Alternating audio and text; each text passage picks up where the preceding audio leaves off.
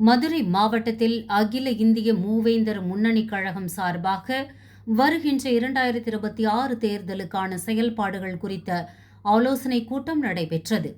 இந்த கூட்டத்தில் அகில இந்திய மூவேந்தர் முன்னணிக் கழகம் அதிமுக கூட்டணியில் இணைந்துள்ளதையும், தேர்தலில் போட்டியிடுவதற்கு 6 விருப்ப தொகுதிகள் கொடுக்கப்பட்டிருப்பதாகவும் கூறப்பட்டது.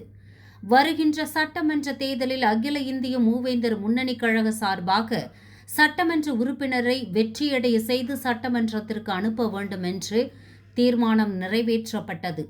எல்லா மாவட்டங்களிலும் அந்தந்த மாவட்ட செயலாளர்கள் சிறப்பாக செயல்பட வேண்டும் என்றும், அதிமுக கூட்டணி வெற்றியடைய பாடுபட வேண்டும் என்றும் தீர்மானம் நிறைவேற்றப்பட்டது. இந்த ஆலோசனை கூட்டம் மாநில பொதுச் செயலாளர் வீட்டில் பாண்டியன் அவர்கள் தலைமையிலும், மணிவேல் அவர்களது முன்னிலையிலும், தலைமை கழக செயலாளர் வேலுச்சாமி அவர்கள் முன்னிலையிலும் சிறப்பாக நடைபெற்றது.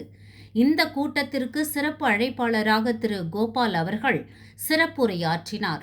மாரி நகர் மாவட்ட செயலாளர் பகவதி அவர்கள் வரவேற்புரை ஆற்றினார் மற்றும் கழக மாநில மாவட்ட நிர்வாகிகள் கலந்து கொண்டனர்.